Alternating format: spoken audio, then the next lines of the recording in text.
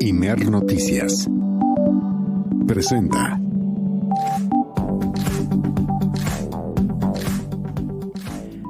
Muy buenas tardes, bienvenida, bienvenido, bienvenide a El Acento, tu punto de referencia.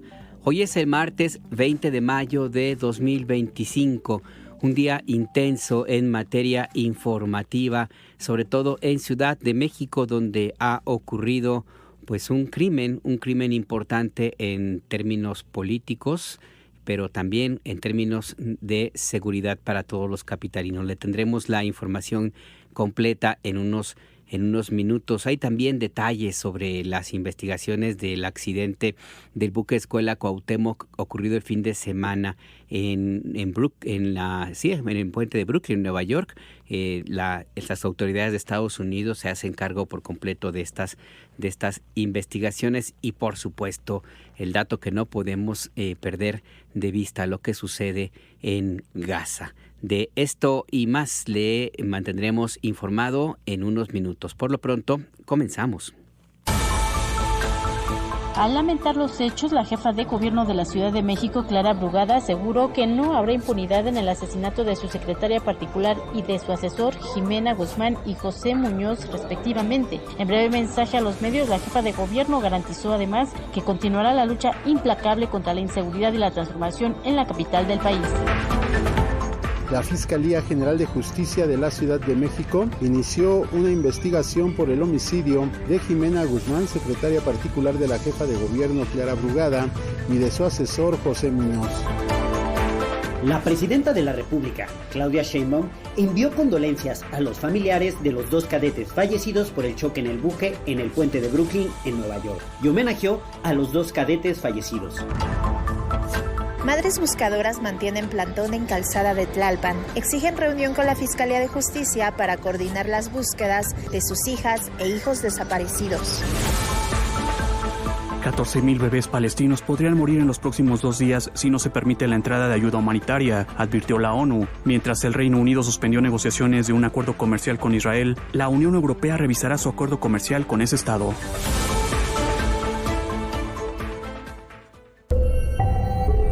Imer Noticias presenta. El Acento, con Alberto Nájar. Tu punto de referencia.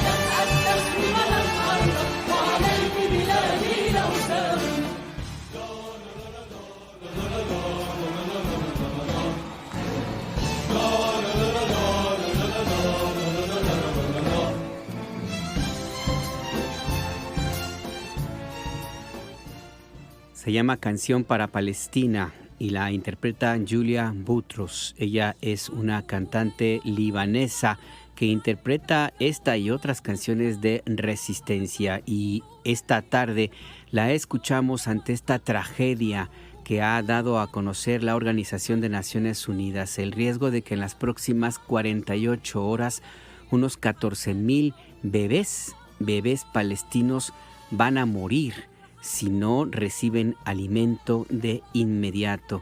Esto es una consecuencia de la determinación del gobierno de Israel, encabezado por el primer ministro Benjamin Netanyahu, de cerrar toda ayuda humanitaria en la franja de Gaza, donde todavía están atrapados desde hace más de un año, desde hace casi 2 años ya, cerca de 2 millones de palestinos. El propósito del gobierno de Israel no parece ser otro que el exterminio del pueblo palestino, y ha empezado por los más vulnerables, por los bebés. 14,000 bebés pueden morir en las próximas 48 horas si no reciben alimento. Esto es una tragedia de dimensiones globales, humanitarias. Debería darnos vergüenza a todos los seres humanos por permitir que criminales como Benjamín Netanyahu y el grupo político que lo apoya, no solamente en Israel, sino en otras latitudes, permita que ocurra esto, que es una auténtica barbarie. Y no hay otra manera de señalarlo. El silencio que ha imperado en muchos espacios informativos y también en muchos lugares, inclusive en términos de potencias económicas, de organizaciones civiles y de otros espacios que se supone que se dicen progresistas, ya no puede permitirse. Esta tragedia nos reta como seres humanos y es momento de hacer algo definitivo para que termine este genocidio en cámara, ya no es cámara lenta, en cámara acelerada, que pretende cometer un supremacista como Benjamín Netanyahu y su grupo.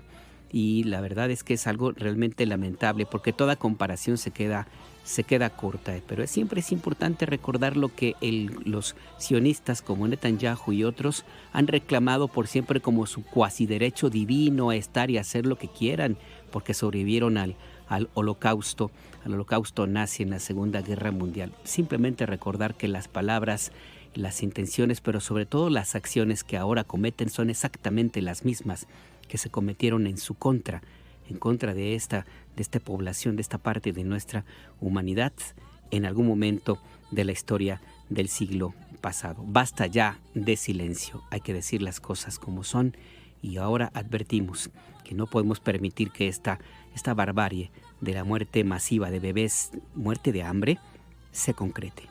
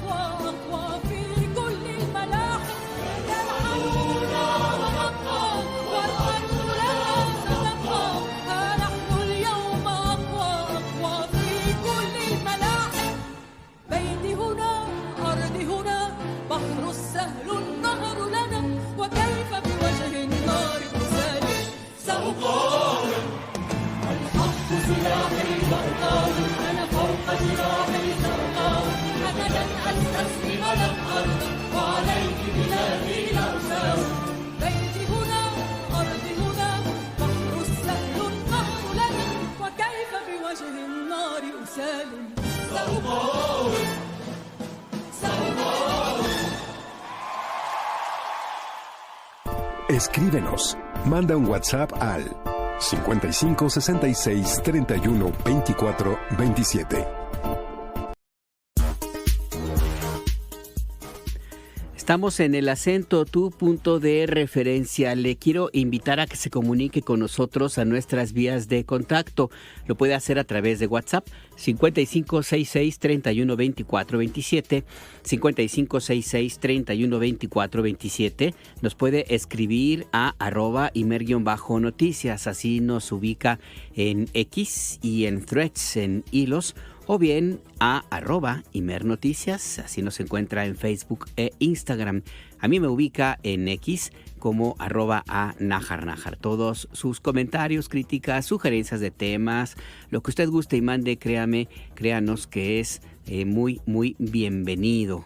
Y yo quiero agradecer rápidamente a Adriana Estela Flores, que ayer estuvo en estos micrófonos. Yo tuve una serie de reuniones internas en el Instituto Mexicano de la Radio, en el IMER. Pues a veces le toca a uno ahora sí que como director del Sistema Nacional de Noticieros hay que atender también algunas otras actividades. Así es que muchas gracias, Adriana Estela Flores, por esta excelente cobertura que hizo el favor de hacer el día de ayer. Y también quiero agradecemos más bien a usted que nos acompaña en toda la República Mexicana y en otras latitudes a través de Radio México Internacional. Les mandamos un fuerte abrazo de parte de todo el equipo de Imer Noticias, que estamos en el cuarto piso de la torre de radiodifusoras del IMER, en el pueblo de Joco, en el sur de Ciudad de México. Y aquí en cortito, Rafael Rosales en la operación y José Luis Plasencia en la producción. De mi parte también un abrazo, Alberto Nájar, su servidor.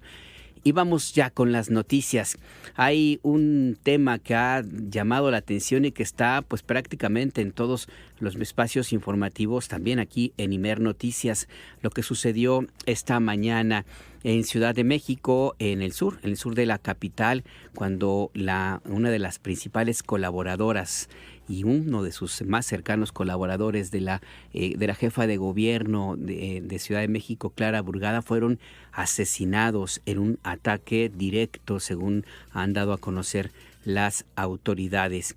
Esto es una situación que encendió todas las alertas en el gobierno de la capital y también el gobierno de la República, por lo que significa un crimen de esta naturaleza. Hubo una conferencia de prensa, un mensaje más bien de Clara Brugada en el salón, en el antiguo Palacio del Ayuntamiento, que es la sede de gobierno de la capital, y ahí estuviste tú, Guadalupe Franco. Cuéntanos qué sucedió. Buenas tardes.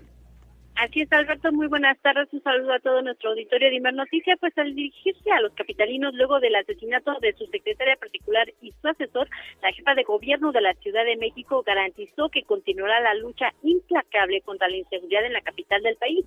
En este breve mensaje a medios, la jefa de gobierno lamentó el hecho y aseguró que su administración seguirá trabajando de forma intensa para transformar la capital del país. Así lo dijo. Como jefa de gobierno me dirijo a las y los capitalinos para garantizarles que este gobierno continuará con su lucha implacable contra la inseguridad y con el compromiso de todo el gobierno de seguir trabajando intensamente para continuar con la transformación de esta gran ciudad. Al manifestar que su administración se encuentra de luto, la jefa de gobierno garantizó que no habrá impunidad en este hecho, el cual dijo se investiga con el mismo rigor con el que las instituciones realizan su trabajo diariamente. Escuchemos.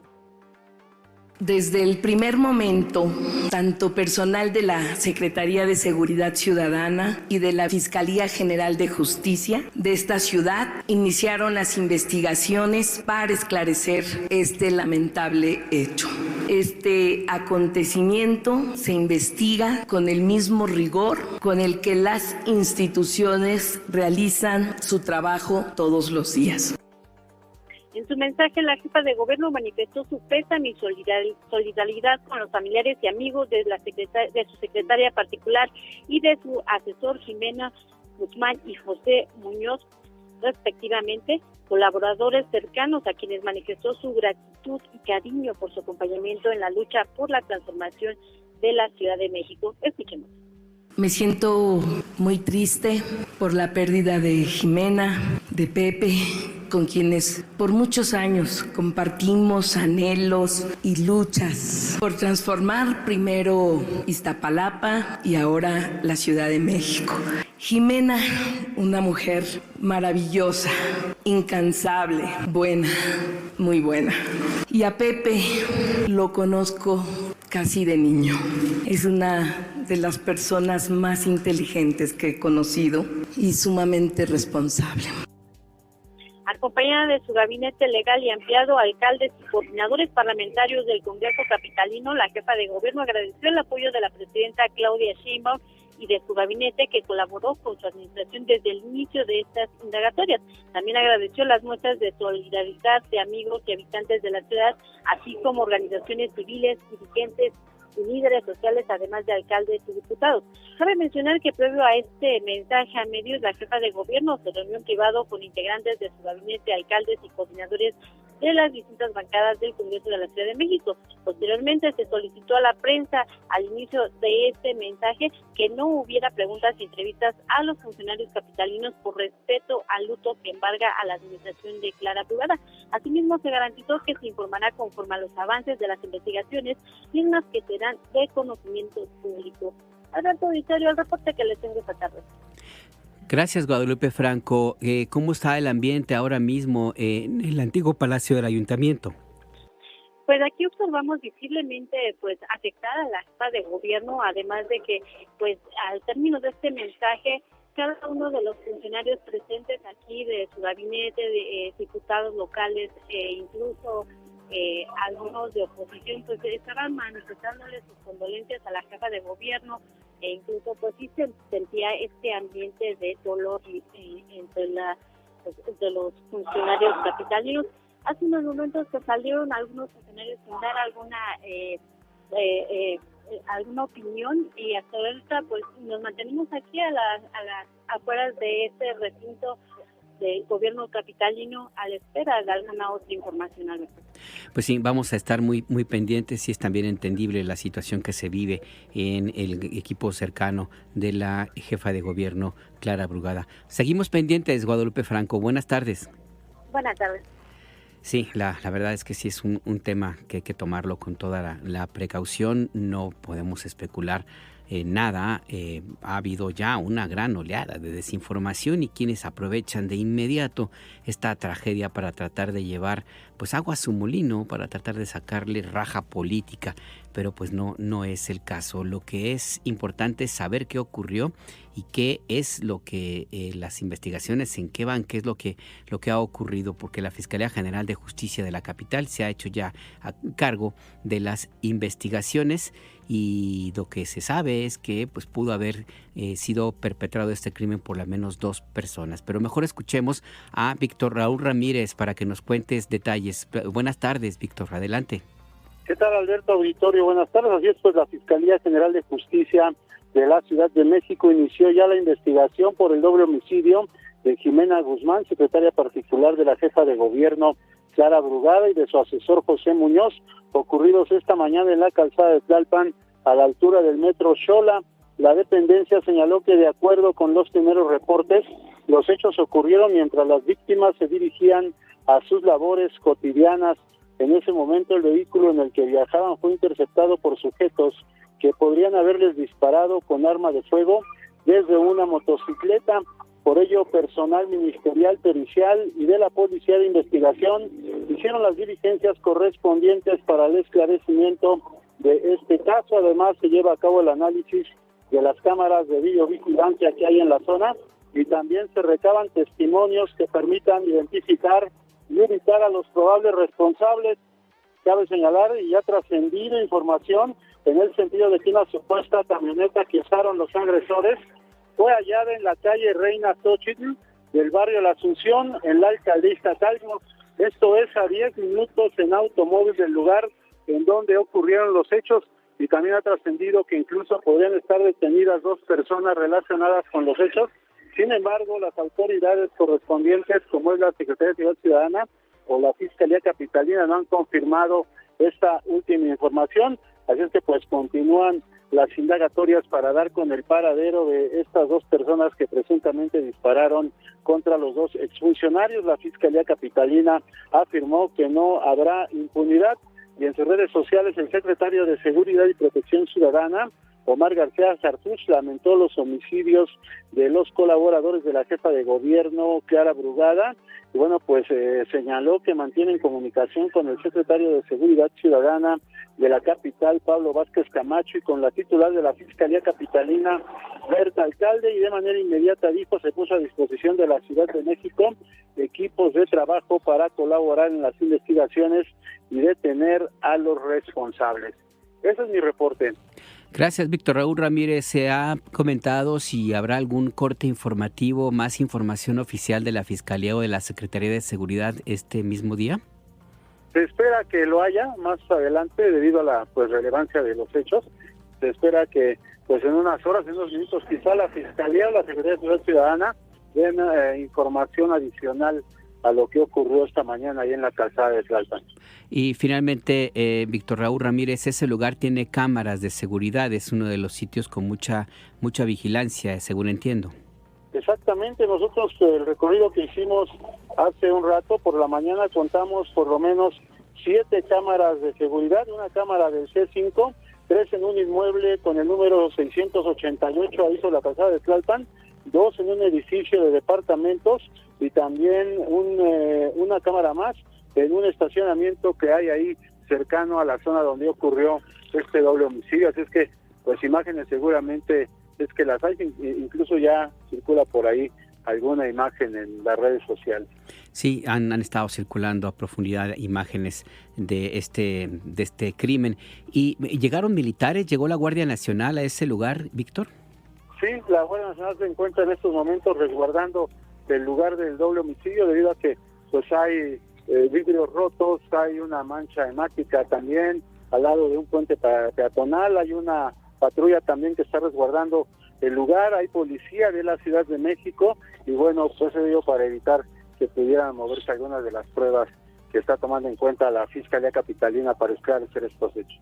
Seguiremos muy pendientes de toda la información oficial que salga sobre este tema. Gracias, Víctor Raúl Ramírez. Claro que sí, hasta luego. Hasta luego.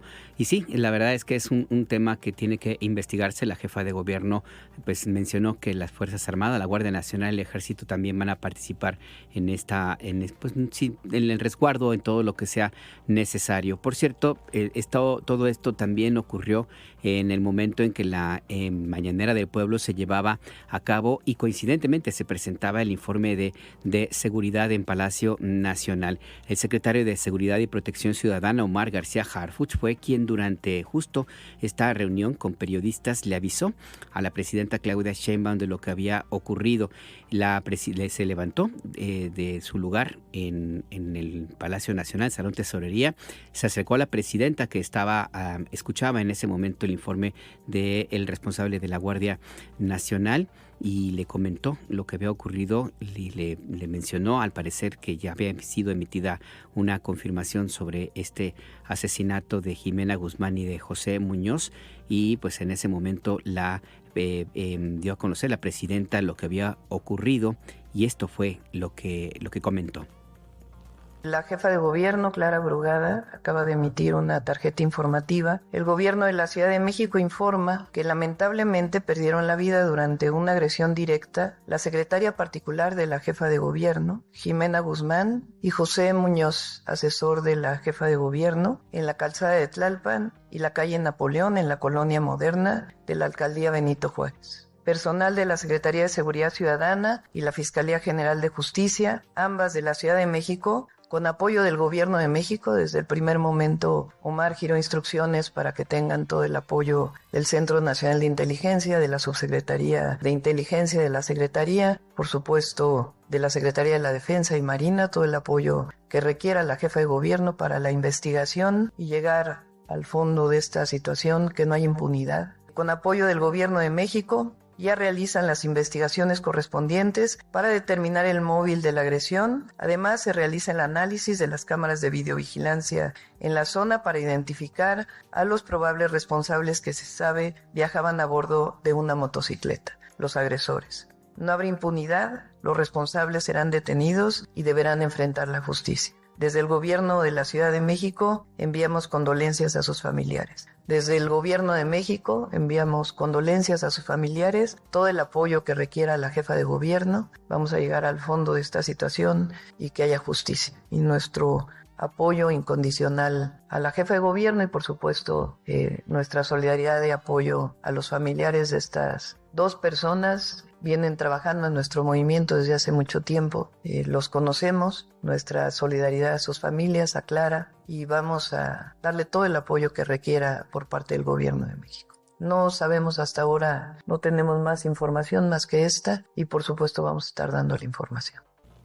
Por cierto que hubo reacciones de muchos sectores, sobre todo del sector del área política y colaboradores de Clara Brugada y de la presidenta Claudia Sheinbaum. Recuerde usted que Sheinbaum, la presidenta, fue jefa de gobierno. En el Congreso de la capital se guardó un minuto de silencio en memoria de Jimena Guzmán y José Muñoz. La presidenta de la mesa directiva del Congreso de Ciudad de México, Marta Ávila, condenó enérgicamente este ataque. Las instituciones públicas rechazamos estos actos de violencia criminal y no permitiremos, bajo ninguna circunstancia, que se atente contra el buen funcionamiento del gobierno de la Ciudad de México. Expresamos nuestra profunda solidaridad con la jefa de gobierno, Clara Brugada, y con los familiares y amigos de las víctimas de estos terribles acontecimientos.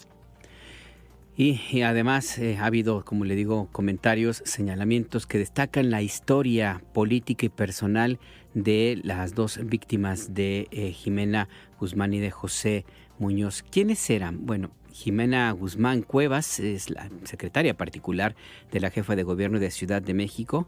Es una persona muy cercana a Clara Brugada.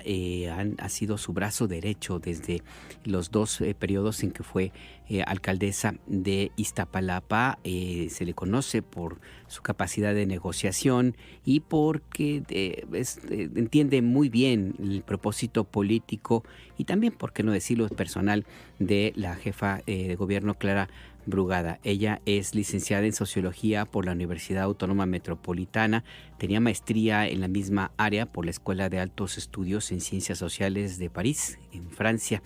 Fue secretaria de particular de Clara Brugada cuando fue alcaldesa de Iztapalapa. Le tocó pues estar en toda esa historia de la construcción de las utopías, que son uno de los proyectos de desarrollo social más importantes de América Latina y que permitió el rescate de zonas que habían sido históricamente abandonadas, y hasta gráficamente se puede hablar de un cambio radical en el periodo en que Clara Brugada fue jefa de alcaldesa en Iztapalapa. Algunos de los lugares donde se encuentran estas utopías y que le tocó a Jimena hacer todas las gestiones necesarias, pues eran virtualmente tiraderos de basura, eran páramos.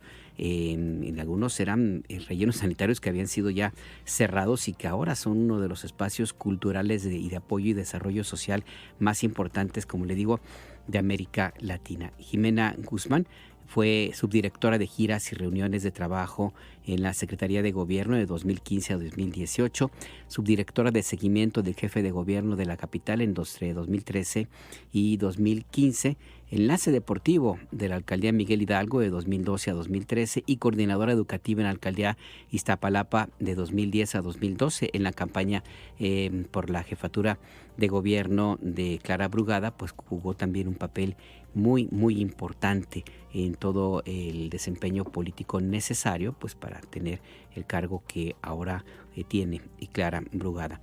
Por su lado, José Muñoz Vega es asesor de gobierno de Clara Brugada, licenciado en Ciencia Política y Administración Pública.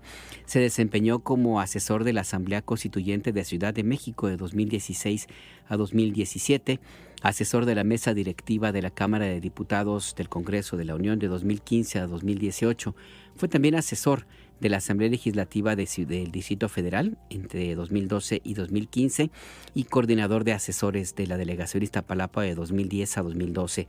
Además, asesor de la Comisión de Desarrollo Social de la Cámara de Diputados del Congreso de la Unión de 2006 a 2009, también un personaje muy cercano a Clara Brugada. De hecho, ellos dos formaban parte de su círculo muy cerrado de la jefa de gobierno y cumplían tareas importantes para la administración pública en la capital del país. José Muñoz tenía en la asesoría vínculos también con las tareas de seguridad que desempeña el gobierno de Ciudad de México, que recuerde usted desde que inició en la actual administración, este sexenio, pues se ha caracterizado por tomar acciones contundentes en contra de algunos de los grupos de delincuencia organizada pues más peligrosos de la capital del país. La acción más reciente fue en contra de las bandas que roban autopartes y automóviles en el Valle de México. Aquí en este mismo espacio le contábamos cómo se había dado este operativo conjunto con autoridades del Estado de México, donde hay una participación importante del gobierno federal. No podemos desligar este tema. ¿Por qué? Porque en la Ciudad de México es el asiento de los tres poderes de la Unión. Aquí está el Poder Ejecutivo en Palacio Nacional con la presidenta Claudia Sheinbaum. Está la Cámara de Diputados y el Senado de la República, y también está la Suprema Corte de Justicia de la Nación. Todos en un espacio pues muy chiquito, un solo cuadro en el centro histórico de Ciudad de México. Y en la capital del país pues existen operaciones importantes de actividad económica. Es el principal centro financiero de América Latina y también el principal centro económico de nuestro país. Es por eso que todo lo que suceda aquí adquiere de inmediato el cariz de seguridad nacional. Y además No hay que olvidar que este no es el primer atentado que hay en contra de funcionarios de Ciudad de México. El mismo Omar García Harfuch, el que es ahora secretario de Seguridad y Protección Ciudadana, sufrió un ataque el viernes 26 de junio de 2020, cuando un grupo de sicarios contratados por el cártel Jalisco Nueva Generación le esperó, encabezó, realizó una emboscada a las 6 de la mañana con 38 minutos en Paseo de la Reforma y Monte Blanco, en la colonia Lomas de Chapultepec. Omar García Harfuch era secretario de Seguridad, se dirigía a sus tareas en la zona rosa, en la zona de Insurgentes, cerca del Metro Insurgentes en Ciudad de México. Un grupo de personas utilizó una camioneta Dodge Ram y una Suburban para cerrarle el paso a la camioneta de Omar García Harfuch. Viajaban también en un camión de volteo. Los sicarios eran varios. Hubo un intercambio de disparos entre los escoltas del secretario y los agresores, que traían inclusive una fusil tipo Barrett calibre 50, que es un fusil de francotirador con una alta capacidad de fuego y capaz de romper los blindajes, algunos de los blindajes más sólidos. Omar García Harfuch resultó herido con tres impactos de bala y esquirlas de arma de fuego. 2 de sus escoltas y una mujer que circulaba en la zona, que estaba esperando el camión, pues murieron en este ataque. Desde el hospital y a través de sus redes sociales en aquel momento, Omar García Harfuch acusó directamente del atentado al cártel Jalisco Nueva Generación, contra quien, como secretario de Seguridad, había emprendido acciones contundentes en la capital del país. El tiroteo dejó 19 detenidos, entre ellos José Armando N., conocido como el Vaca, que era el autor intelectual del atentado, que obedecía órdenes de Nemesio Ceguera Cervantes, el Mencho, quien es el fundador del cártel Jalisco Nueva Generación. El entonces vocero de la Fiscalía de Ciudad de México, Ulises Lara, informó que se aseguraron 13 vehículos que se habían utilizado en este ataque, bombas molotov, chalecos, cargadores, fusiles, en fin, un armamento, un arsenal que traían, como le digo, en ese camión de volteo. Escuchemos lo que en su momento se informó. Como resultado de las entrevistas realizadas a los detenidos, se tuvo conocimiento que posiblemente fueron contratados con 3 semanas de anterioridad al evento y recibirían una cantidad de dinero a cambio. Asimismo, se logró saber que fueron organizados en 4 células conformadas por 7 integrantes cada una y fueron concentrados en la Ciudad de México. De igual manera, el día de la fecha fueron trasladados en una camioneta marca Chevrolet tipo Suburban, color blanco y otra color negro, al lugar donde realizarían el atentado aproximadamente a las 4 de la mañana, recibiendo la indicación de que tenían que verificar si pasaban patrullas de la Secretaría de Seguridad Ciudadana. Cabe señalar que el día 25 de junio de 2020, aproximadamente a las 22 horas, los trasladaron a diferentes lugares encapuchados con la finalidad de recoger armamento y posteriormente los llevaron a 3 diferentes puntos en las inmediaciones de las alcaldías Miguel Hidalgo y Cuauhtémoc, específicamente lugares en donde interceptarían la camioneta en donde viajaba el secretario de Seguridad Ciudadana. Hay varios de los detenidos, ya fueron algunos sentenciados a 70 años de prisión, otros 2 de estos están detenidos y sentenciados a 70 años y otros 2 a 86 años y 7 meses de prisión. Es este atentado que ocurrió, como le comentaba, hace unos años, en junio de 2020, y curiosamente pues el secretario de Seguridad entonces de la Ciudad de México es ahora secretario de Seguridad a nivel federal, y pues el ataque pues ya es también un tema de seguridad nacional, como fue en su momento. La información está en desarrollo, no está claro todavía qué fue lo que ocurrió ahora.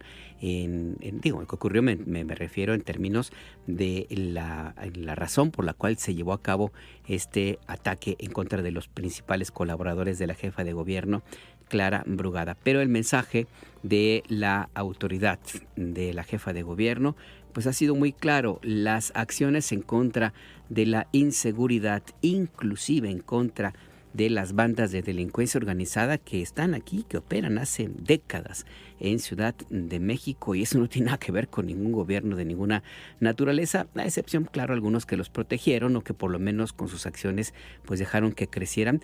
Estas acciones no van a cesar, las tareas de seguridad van a seguir el mismo curso y no habrá impunidad en este crimen. Vamos pues a estar muy pendientes de cómo se desarrolla este tema. No se despegue de Imer Noticias. Estados Unidos investiga accidente de buque Cuauhtémoc. Es otro de los temas de la conferencia de prensa matutina en Palacio Nacional de hoy martes. La presidenta Claudia Sheinbaum reiteró sus condolencias por el fallecimiento de los cadetes que perdieron la vida en el accidente del buque Cuauhtémoc en el puente de Brooklyn, en Nueva York, el pasado fin de semana. El secretario de Marina, almirante Raimundo Pedro Morales Ángeles, confirmó que el piloto del puerto en Nueva York era el responsable del movimiento del buque. El tema está en investigación por autoridades de Estados Unidos. Abia Vargas, tú estuviste en Palacio Nacional. ¿Qué sucedió? Cuéntanos. Buenas tardes. Alberto, buenas tardes a ti, todo el auditorio del Acento aquí en Imer Noticias. Pues así como lo adelantas, hoy en la conferencia matutina la presidenta de la República, Claudia Sheinbaum, envió condolencias a los familiares de los dos cadetes de la Secretaría de Marina que fallecieron en el accidente del buque en Nueva York. La noche del sábado, recordar que el buque de la Escuela Cuauhtémoc de la Secretaría de la Marina chocó contra el puente de Brooklyn durante su remolque, dejando como saldo a dos cadetes fallecidos. La presidenta de la República, Claudia Sheinbaum, envió condolencias a los familiares y homenajeó a los cadetes leyendo una pequeña semblanza durante la conferencia matutina. Escuchemos a la presidenta. La cadete América Yamilet Sánchez Hernández, nuestro apoyo, solidaridad y cariño a su familia. Ella nació en el 2004 de Jalapa, Veracruz. Juró lealtad a la bandera en solemne ceremonia conmemorativa. Y en el caso del cadete Adal Jair Maldonado Marcos, 23 años. Causó alta en la Armada de México, en el astillero de Marina de Salina Cruz, Oaxaca, el 16 de abril del 2021. Y como bien lo adelantaste, Alberto, Raimundo Pedro Morales, secretario de la Marina, informó que las investigaciones pues las dará a conocer la Agencia Nacional de Transporte de los Estados Unidos y la Guardia Costera estadounidense en un periodo de al menos 30 días. Y puntualizó que el piloto del buque Cuauhtémoc tuvo entre 80 y 90 segundos solamente para reaccionar y evitar el choque, tiempo que las investigaciones determinarán si fue suficiente para evitar el accidente, pues tienen que considerar la velocidad del viento, corriente, así como las distancias. Pero el secretario de Marina puntualizó que tuvo poco margen de maniobra y tiempo para reaccionar, que recordemos fue entre 80 y 90 segundos. Escuchemos al secretario de la Marina. Ahorita no podemos especular si usó el piloto adecuadamente los medios. Lo que sí podemos decir es que dispuso de poco tiempo para hacerlo. ¿Por qué? Porque la distancia de donde estaba atracado el buque al puente era muy corta. Entonces, el piloto hace lo que considera necesario para maniobrar con seguridad el buque. En el caso del accidente, la Agencia de Seguridad del Transporte de los Estados Unidos, la Guardia Costera, los ajustadores de los seguros van a determinar cuáles fueron las causas y cuáles son las responsabilidades. El secretario de la Marina actualizó el reporte y dijo que el accidente dejó 4 heridos de gravedad, 2 de los cuales son los cadetes fallecidos y 2 aún se encuentran hospitalizados en Nueva York, y comentó que probablemente mañana ya se den de alta. Además confirmó que se emitieron llamadas de apoyo desde el buque Cuauhtémoc a la Guardia Costera para enviar más remolcadores. Esa es la información, Alberto. Ahí está la información muy puntual. Muchas gracias, Abia Vargas.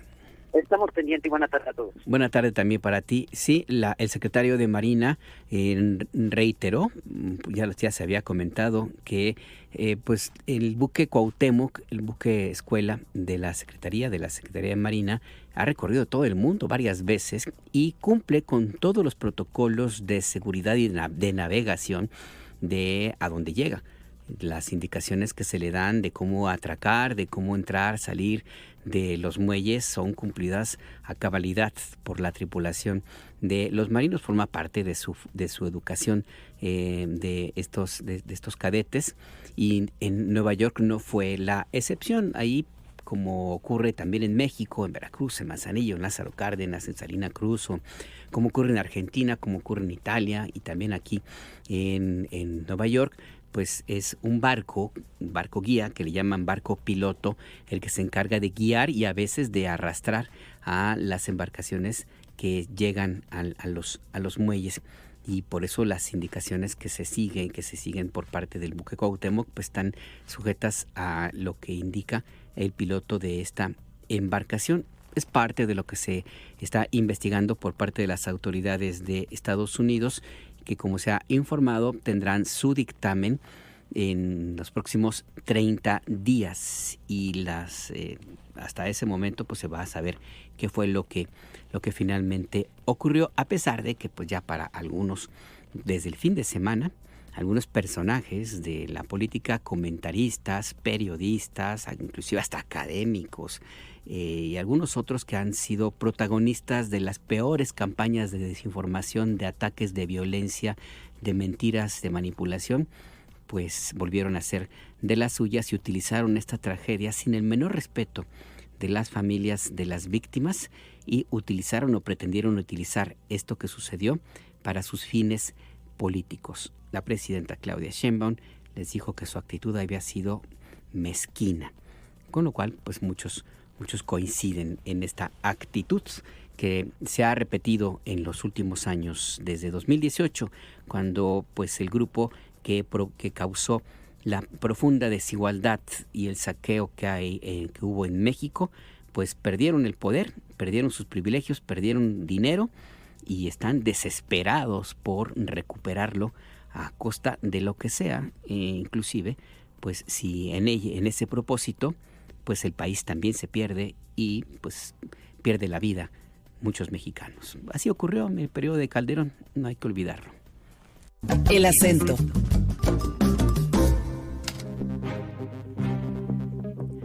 Y pues sí, vamos con información, por ejemplo, en la Cámara de Diputados, donde la actividad legislativa pues tiene también ahí algunas circunstancias. ¿Qué es lo que sucede ahí? Entiendo, Claudia Telles, buenas tardes, que la reforma al Poder Judicial, que ya no es reforma, ya más bien la ley de que regula el Poder Judicial, va a tener algunos cambios. ¿De qué se trata? Cuéntanos. Así es, Alberto, buenas tardes, un saludo al auditorio de Imer Noticias. Tendrá algunas puntualizaciones. Hoy por la tarde, a las 5 de la tarde, diputados integrantes de la Comisión de Puntos Constitucionales se reunirá para revisar un dictamen a fin de corregir una antinomia entre dos artículos relacionados con la designación de la o el presidente de la Suprema Corte de Justicia de la Nación, una vez que se lleve a cabo la elección del próximo 1 de junio. Hoy en la tarde se analizará este documento y en su caso se aprobará este documento con reformas a la Constitución en materia de antinomia para la elección de la presidencia de la Suprema Corte de Justicia de la Nación. El dictamen, que se pondrá a consideración del Pleno de este grupo legislativo, plantea derogar el párrafo sexto del artículo 97 de la norma fundamental por contradicciones con el artículo 94. Este artículo 94 señala que la Suprema Corte de Justicia de la Nación se compondrá de 9 integrantes, ministras y ministros y funcionarios en pleno. Su presidencia se renovará cada 2 años de manera rotatoria en función del número de votos que obtenga cada candidatura en la elección respectiva, correspondiendo a la presidencia a quienes alcancen mayor votación. Sin embargo, el actual texto del artículo 97 establece que el Pleno de la Suprema Corte se elige cada 4 años su presidencia, entre sus miembros a la persona que ocupará este puesto y quien no podrá ser reelecta para el periodo inmediato. Hay que destacar que con la reforma judicial de 2024 quedó esta antinomia entre estos dos artículos de la Constitución y hoy se buscará que sea corregido. Hay que destacar, Alberto, que en su caso se tendría que presentar en un periodo extraordinario de sesiones este dictamen. Sin embargo, De lo contrario, tendrá que esperarse hasta septiembre próximo, cuando inicie el periodo ordinario de sesiones, y hay que destacar que también el 1 de septiembre se llevaría a cabo ya este cambio en el Poder Judicial en cuanto a la integración de la Suprema Corte de Justicia de la Nación. El reporte. Muchas gracias, Claudia Telles. ¿Cuál es la ruta, entonces, nos recuerdas, para esto que se está discutiendo en la Cámara de Diputados, comisiones y después? Sería comisiones, pleno de la Cámara de Diputados, pleno, primero comisiones en el Senado, después pleno del Senado, y por tratarse de una reforma constitucional tendría que ir a los congresos estatales, donde tendría que ser aprobado en la mitad más uno para que se declare su constitucionalidad y entre en vigor. ¿Estaríamos hablando de periodos extraordinarios, Claudia? Sí, ya se menciona incluso un periodo extraordinario tanto en la Cámara de Diputados como en la Cámara de Senadores para aprobar diversas leyes que quedaron pendientes. Se mencionan algunas de ellas, que sería materia de telecomunicaciones, sería una. Otra sería el tema para personas desaparecidas, que son temas que están en el Senado de la República, y también en la Cámara de Diputados hay otros temas pendientes, entre ellas dos en materia de seguridad, que fueron también propuestas por la presidenta Claudia Sheinbaum. Pues estaremos muy pendientes de todo lo que acontezca en la Cámara de Diputados. Muchas gracias, Claudia Telles. Hasta luego. Hasta luego, que tengas una buena tarde. Y sí, recuerde usted que el próximo 1 de junio es el día de la elección de jueces, ministros y magistrados. Es importante tener muy claros que es una elección inédita, no se había llevado a cabo pues prácticamente, o más bien en muy pocos lugares del mundo occidental, y hay varios temas que le vamos a presentar en las emisiones de Imer Noticias, sobre todo cómo votar. Hay papeletas, boletas de distintos colores correspondientes a cada una de las elecciones. Le recomiendo, si usted tiene tiempo, y si no, también le recomiendo que se lo haga, si desea participar en la elección, por supuesto. El INE tiene habilitada una página con todos los detalles de la manera en la cual se puede votar el próximo 1 de junio. Hay inclusive un simulador para que usted practique, y también en ese mismo espacio pues están los perfiles de quiénes son las candidatas, candidatos, candidates a los distintos puestos del Poder Judicial. Se va a renovar la mitad del Poder Judicial, entre ellos la Suprema Corte de Justicia de la Nación, que recuerde usted, hasta hace poquito, hasta antes de los cambios constitucionales, la designación de los ministros de la Suprema Corte era a propuesta de la presidencia de la República, y después se discutía en el Senado de la República, lo cual implicaba pues una negociación política entre el Poder Ejecutivo y el Poder Legislativo. Una vez en el poder, pues ya la forma en la cual se designa a los jueces, magistrados, inclusive del Tribunal Electoral, pues es a través de la carrera judicial que se estableció hace algunos años y que tenía el propósito de garantizar que todos los puestos fueran ocupados por los más capacitados o los que tuvieran mayor experiencia. Esto no ocurrió así. No ocurrió así. De hecho, la actual presidenta de la Suprema Corte, Norma Piña, reconoció en algún momento, hace unos meses, pues que por lo menos la mitad de los puestos que hay en el Poder Judicial están ocupados por redes de nepotismo, y que habían sido pues utilizados por los mismos personajes que trabajan en el Poder Judicial. Había inclusive casos de magistrados que tenían por lo menos unos 20 familiares trabajando en el mismo circuito donde ejercía el magistrado o algunos jueces, y se daba también el caso de historias donde pues para poder tener acceso a una posición pues tenían que pagar una buena cantidad de recursos para tener posibilidades de ocupar un cargo en algún juzgado como secretarios, o también, ¿por qué no?, como jueces. Sin contar, por supuesto, todas las historias que se han dado a conocer en los últimos años sobre el papel que cumplen algunos jueces que han permitido la liberación de delincuentes, inclusive de muy, muy alta peligrosidad, de casos donde se atrapa a estos perpetradores de la violencia y en unas cuantas semanas ya fueron liberados con cualquier argumento que utilizan los jueces, que algunos casos son pues de alguna manera pues hasta ridículos, de momento de decir que los policías, no sé, que no llevaban las botas puestas, o que llegaron policías que reportaron que la detención ocurrió a las 6 de la tarde con 2 minutos, estoy por supuesto hablando muy, muy al aire, y que en realidad el abogado comprobó que la detención fue a las 6 de la tarde con 3 minutos, y ya con eso los jueces liberan a los detenidos, como le digo, algunos inclusive de muy alta peligrosidad, o también los jueces que permitieron que hubiera juicios masivos para despojar de sus viviendas a beneficiados, derechohabientes del Infonavit, y que crearon un negocio millonario del cual se ha dado cuenta en los últimos meses por parte del gobierno de México. Y pues también pues tomar en cuenta lo que sucede con los casos de las reformas que ha impulsado el gobierno, por ejemplo, del presidente López Obrador, para cambiar la forma de la industria eléctrica, la llamada ley eléctrica, y que fue echada abajo por el Poder Judicial, y que de una u otra manera pues permitió que algunas empresas de electricidad, por ejemplo del sector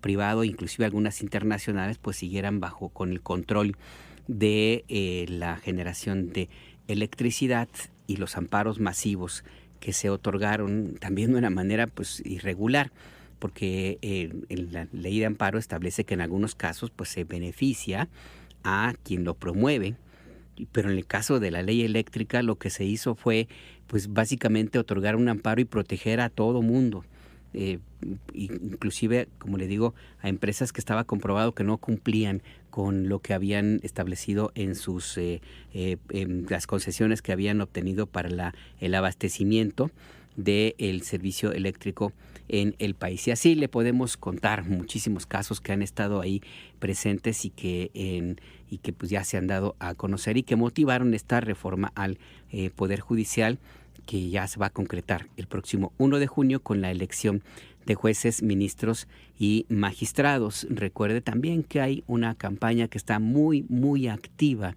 para tratar de impedir que esta elección se cumpla de la manera como debería ocurrir. Hay una campaña de mentiras, por supuesto, pero también llamados a no ir a votar, y en donde participan personajes pues que tienen una historia pues también cuestionable, por decir lo menos, como le hemos informado aquí en El Acento, en Imer Noticias. Le pongo un caso que seguramente usted recuerda, pues a Ricardo Salinas Pliego, que mantiene con su televisora TV Azteca una intensa campaña de mentiras y de manipulación y de violencia, pues para tratar de amedrentar a los electores y que no vayan a votar. Y no lo hace, además de una posición ideológica personal, pues que es muy respetable, cada quien puede creer en lo que se le antoje.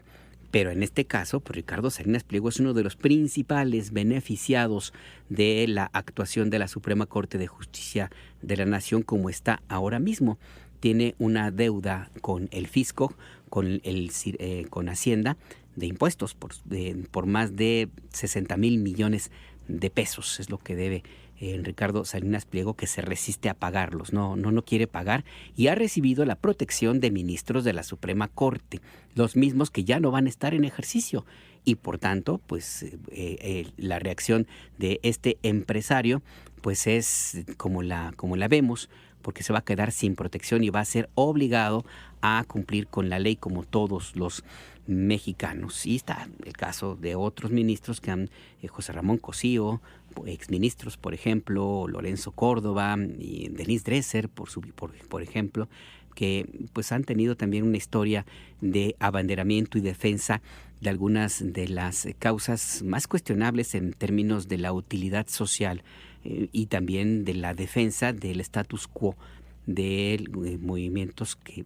ya está demostrado pues que provocaron la desigualdad que se vive en nuestro país. Así pues, ahí está esta campaña que se mueve mucho por redes de WhatsApp, donde es difícil mantener un control.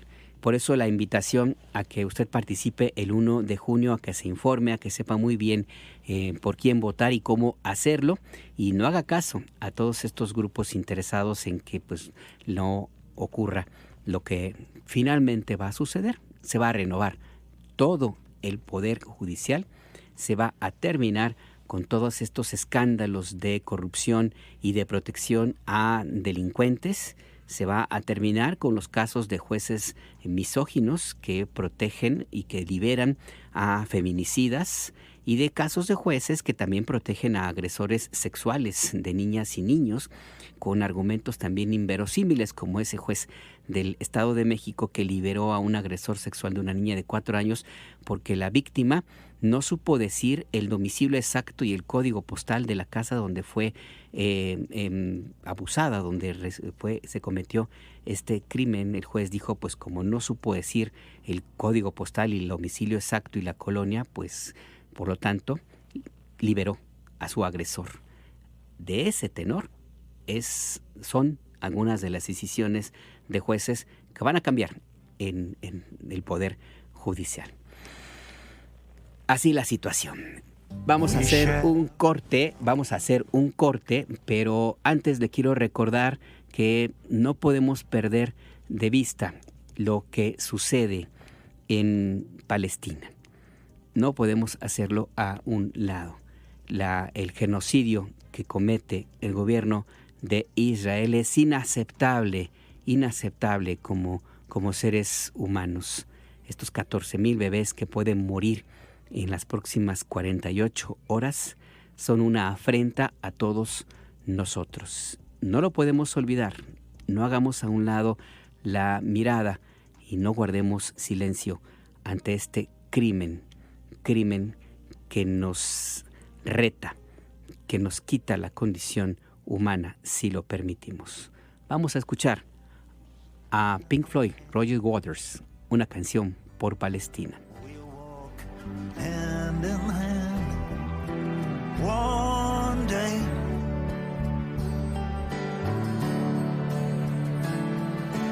deep in my heart, I do believe that we'll work hand in hand one day.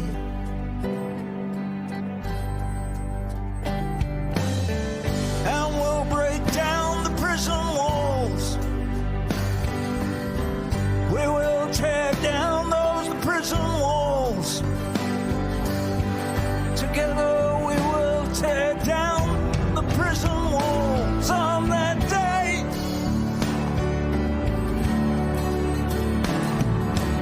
Deep in my heart, I do believe that we will tear down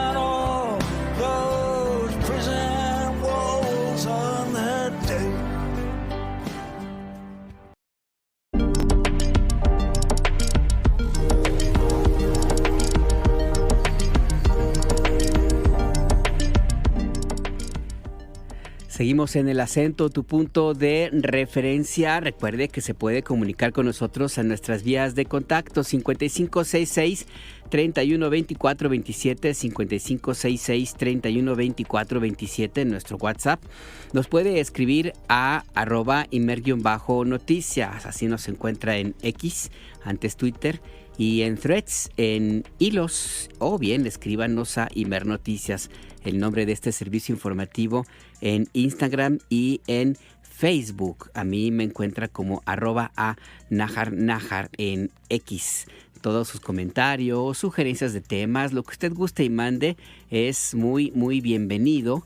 y pues todo será bien atendido. Recuerde que somos radio pública de usted y para usted, así es que pues este diálogo circular lo queremos hacer extensivo para que usted se anime, nos diga, nos cuente cómo la ve, qué le parece, qué temas quiere que abordemos. Hay una gran cantidad de información que anda por ahí dando la vuelta y que a veces los medios de comunicación, lo tenemos que reconocer, pues no nos damos cuenta porque nuestra mirada también a veces se concentra en algunos círculos, y que es uno de los temas también de por qué los medios de comunicación, sobre todo los comerciales, han tenido esta crisis, porque desde el origen varios periódicos, por ejemplo, o portales, más recientemente, pues se nacieron por y para el poder.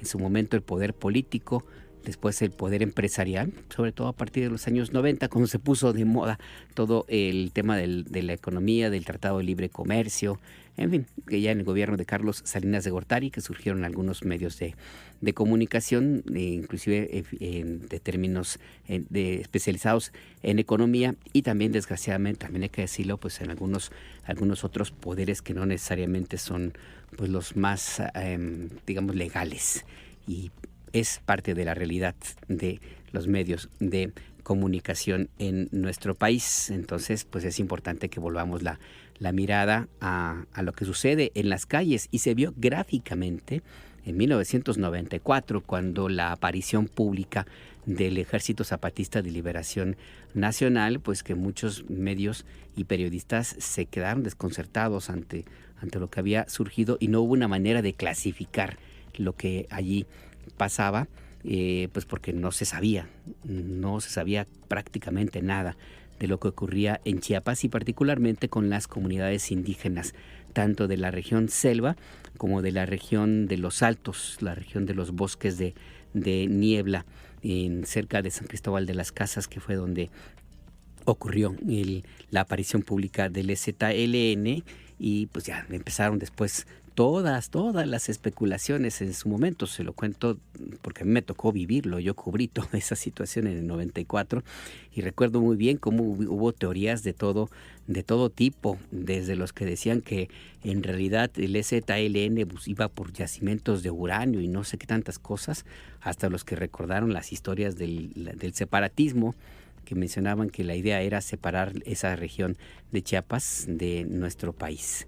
Parte del desconocimiento de lo que sucedía allá abajo en Chiapas, y en esa región que tenía una larga historia de movilizaciones y de lucha política. Nada más recordar que en 1978 en Tuxtla Gutiérrez, el obispo de San Cristóbal de las Casas, Samuel Ruiz, pues fue el anfitrión de un encuentro fundamental para el movimiento social. De ahí nacieron las grandes coordinadoras. La CENTE, por ejemplo, nació allí, y otras coordinadoras campesinas, agrarias, las ARICS, las uniones de uniones, las ARICS de ARICS, en fin. Todo aquello ocurrió en 1978, cuando el país vivía una gran efervescencia de movimiento urbano, movimiento campesino y sindical, derivado de la represión de los gobiernos de Gustavo Díaz Ordaz, Luis Echeverría Álvarez y José López Portillo. Y todo eso sucedió en Tuxtla Gutiérrez. Y de ahí surgió también un movimiento que ya estaba presente en la región, que después el EZLN, que antes era el Ejército de Liberación Nacional, pues simplemente lo aprovechó. Ya había tenido presencia el Ejército de Liberación Nacional, los papás del EZLN, sobre todo en Ocosingo, en esa región que tenía una profunda desigualdad de los ganaderos, los dueños de los grandes hatos, y que vivían como en la época de las haciendas y habían despojado de miles de hectáreas a las comunidades indígenas, que eran los verdaderos propietarios. De todo eso se nutrió el EZLN, y todo eso pues había un gran desconocimiento de los medios de comunicación, que no supimos contar. También me reconozco que yo fui a aprender allí lo que ahí ocurría. Por eso es importante el contacto. Todo este rollo que le digo es para invitarle a que se comunique y nos cuente qué pasa, porque es allí donde nosotros tenemos que poner la mirada. Y también ponemos la mirada en otros lugares. También vámonos también a lo que sucede que tiene de alguna u otra manera repercusiones en la vida cotidiana. Por ejemplo, en la telefonía celular y, por ejemplo, también en las normas para el uso del espacio radioeléctrico. Hoy es en el Senado de la República el encuentro cuarto conversatorio con relación a la ley en telecomunicaciones en materia de servicio público de radiodifusión, las reformas a la ley federal de telecomunicaciones y radiodifusión. Karina Cuevas, tú estás allí, cuéntanos qué sucede, buenas tardes. ¿Qué tal, Alberto? Te saludo con gusto. Así es, efectivamente, este martes se lleva a cabo el cuarto conversatorio de la Ley de Telecomunicaciones en el Senado de la República. En esta ocasión el tema central es la radiodifusión de servicio público y en el que participan 16 personas entre especialistas y líderes de radios comunitarias. La nueva ley que está a debate en el Senado se ha diferenciado en dos áreas, las telecomunicaciones y el sector de los medios de comunicación. En esta ocasión el tema central es la radiodifusión de servicio público. Así lo explicó el senador morenista Javier Corral, quien, por cierto, es el moderador de estos conversatorios. Escuchamos. Y ese es el sector al que ahora nos vamos a concretar en este conversatorio. A partir de la figura de la concesión única y luego para discutir los distintos usos. El uso público, el uso comercial, el uso social genérico, el uso social comunitario, el uso social indígena y el uso social afromexicano. Y bueno, en esta ocasión esperemos las conclusiones que seguramente serán muy importantes, ya que como lo sabemos, este fortalecimiento pues de los medios públicos y de servicio social es uno de los objetivos de la iniciativa que propuso la propia presidenta Claudia Sheinbaum. Y bueno, en esta ocasión participan líderes, por ejemplo, la coordinadora de la Asociación Mundial de Radios Comunitarias en México, Sergio Valles Rivas, presidente del Sistema Regional de Televisión. Alguien también muy importante de mencionar es Aleida Calleja. En esta ocasión asiste como líder de Observacom. Recordemos que ella fue directora general de Radio IMER. Y bueno, entre otros también está, por ejemplo, Mariana Patrón, que ella es comunicadora indígena, viene representando las radios comunitarias indígenas y afromexicanas, que también es importante decirlo, y en fin, una serie de personalidades muy interesantes que estarán desfilando hoy y dando sus puntos de vista acerca de esta iniciativa y cómo fortalecer justamente el papel de los medios públicos y de servicio social. Solamente finalmente te comento que al inicio de este cuarto conversatorio se rindió, digamos, quienes estaban presentes, senadores, senadoras, las personalidades que asisten hoy al cuarto conversatorio, rindieron un minuto de silencio en memoria de la secretaria particular de la jefa de gobierno de la Ciudad de México, Clara Brugada, Jimena Guzmán, y de su asesor José Muñez, que lamentablemente, bueno, sabemos, fueron asesinados esta mañana en la Ciudad de México. Alberto. Muchas gracias, Karina Cuevas. ¿Este conversatorio sigue entonces? Así es, y continúa y seguramente va a durar un poquito más de tiempo porque se están tomando su tiempo. Digamos, tiene un formato muy específico, muy claro. Son 3 rondas en las que cada uno de los ponentes, los 16 ponentes, dan su punto de vista. Luego los senadores hacen preguntas, hacen observaciones acerca de lo que escucharon. Así que bueno, seguramente será muy enriquecedor y todavía va para largo un poquito más. Pues estaremos muy pendientes de todo lo que allí suceda. Muchas gracias, Karina Cuevas. Buenas tardes. Hasta pronto. Ahí lo que sucede en el Senado de la República en este conversatorio de la iniciativa para reformar la Ley Federal de Telecomunicaciones y Radiodifusión. Y vamos a otros temas. En la mañanera del pueblo, la secretaria de Gobernación presentó datos importantes sobre la atención de jóvenes y niñas y niños, que es una de las maneras fundamentales para combatir la inseguridad en nuestro país, atender a las causas. De hecho, se llama la estrategia Atención a las Causas. Rosa Isela Rodríguez informó que más de 1.400.000 jóvenes y niños y niñas han sido atendidos a través de actividades de cultura y arte. El objetivo es reconstruir el tejido social y evitar que ese sector de la población caiga en manos de la delincuencia. En esta intervención de la secretaria Rosa Isela Rodríguez se destacó que la estrategia se aplica actualmente en 7 entidades del país, en donde se desarrollan actividades culturales como convites, teatro, música, pintura, promoción de la lectura y dinámicas lúdicas. La secretaria agradeció a la Secretaría de Cultura por su papel en la organización de los llamados convites culturales, que han permitido que vecinos compartan saberes e historias y promueven la cohesión humanitaria. Escuchemos.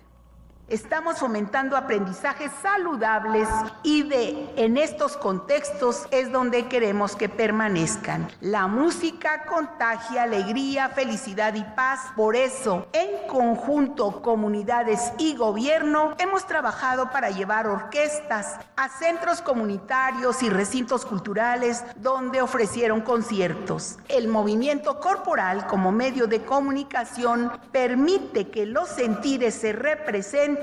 Por eso también llevamos danza regional y contemporánea a población de todas las edades con una importante participación. Sabemos que expresiones artísticas como la pintura nos llevan a plasmar realidades y vivencias que reflejan identidad comunitaria. Con atención a las causas, jóvenes, niñas y niños se han incorporado a talleres y cursos para aprender técnicas básicas y pintar murales, sobre todo en los senderos de paz. Con la lectura también se construye paz, se conoce y vive nuestra historia, se aspira a transformar la realidad. Las causas que generan las violencias se atienden con prevención, mediante actividades lúdicas.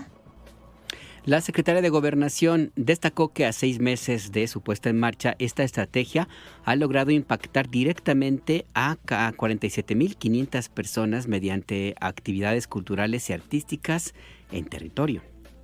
Decirles que en 6 meses de trabajo constante y coordinado hemos atendido a casi 47.500 personas con las distintas actividades artísticas, culturales realizadas en territorio. Las 32 mesas de paz estatales y 266 regionales incorporaron en las jornadas por la paz la perspectiva de arte y cultura. Ahí pues lo que señala la secretaria de Gobernación, Rosa Isela Rodríguez, quien subraya que se ha reforzado la prevención de adicciones entre la población adolescente y juvenil, con especial énfasis en evitar el consumo del fentanilo.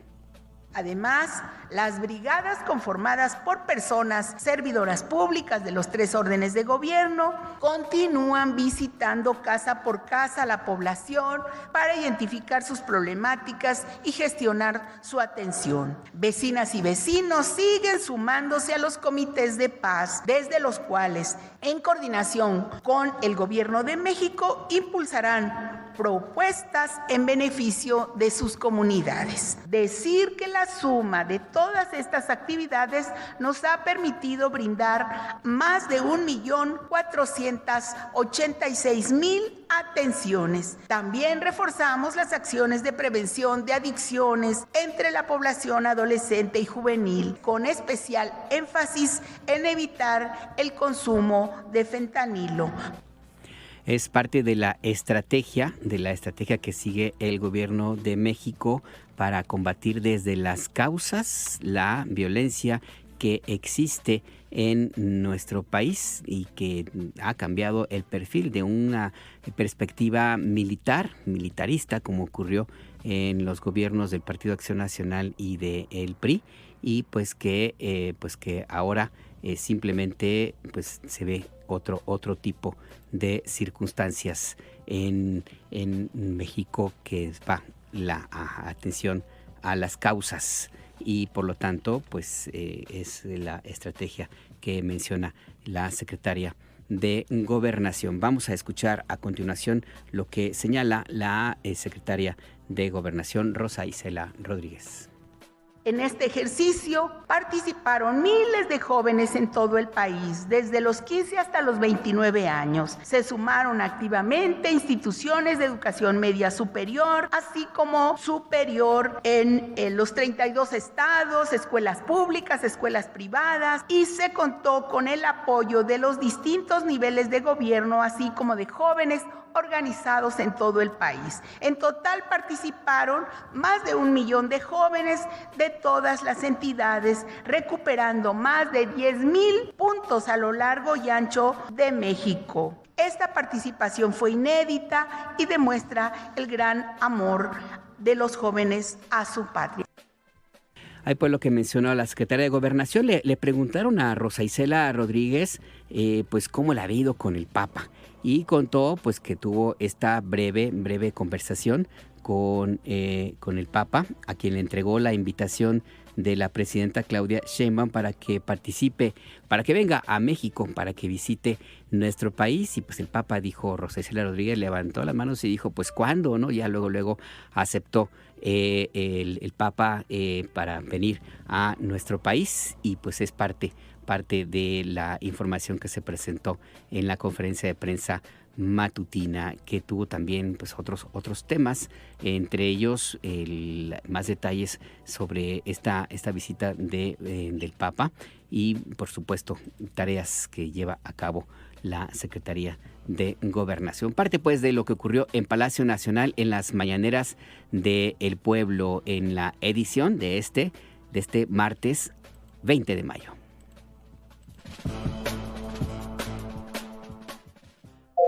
La ONU advierte muerte de miles de bebés en Gaza.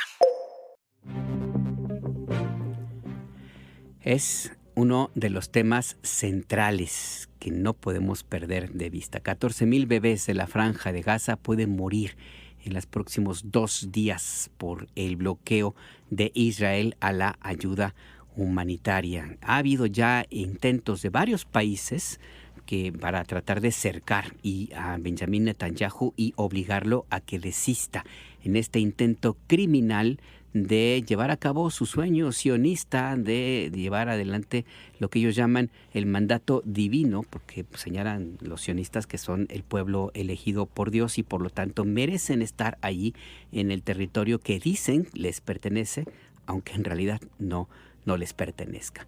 Luis Camarillo nos cuenta de esta tragedia que, insisto, no podemos obviar.